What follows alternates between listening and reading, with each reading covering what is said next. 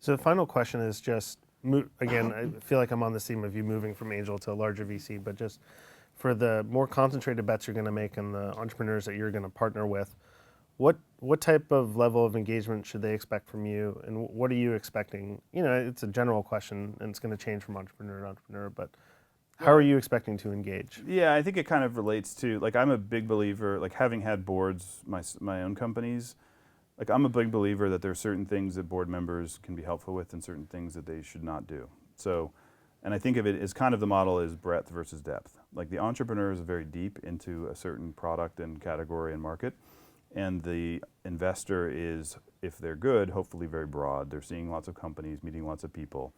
And so I believe investors should help with breadth. Hey, you're trying to solve this problem. We've seen companies in analogous areas have success with this method and this method. Maybe you should look into them, right?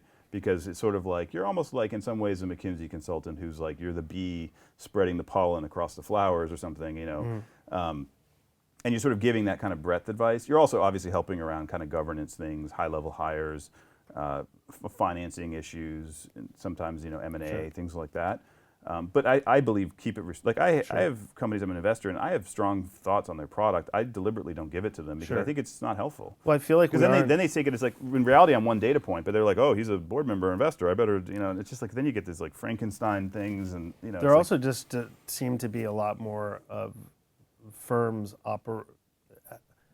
operating within the company sometimes, or even the investor operating in the company at times, right? It's more hands-on investment, right? Yeah, and maybe that works for some people. Like we have, like I think one of the misunderstandings about Andreessen Horowitz is that none of the things we do are meant to replace internal operations of the company. We don't have designers and engineers and all this, and we're very deliberate about that. We don't think we should be doing that.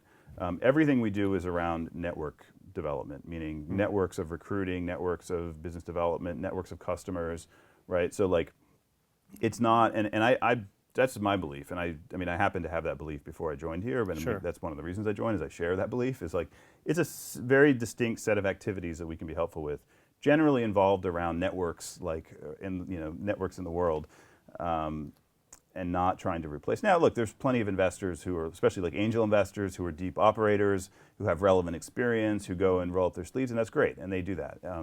I think that's generally the exception, not the rule.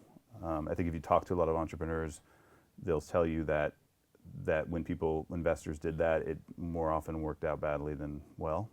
But got it. That's my own bias. Okay, great. Well, Chris, thanks for making the time, and great to hear your thoughts, and congrats again. Yeah, thanks.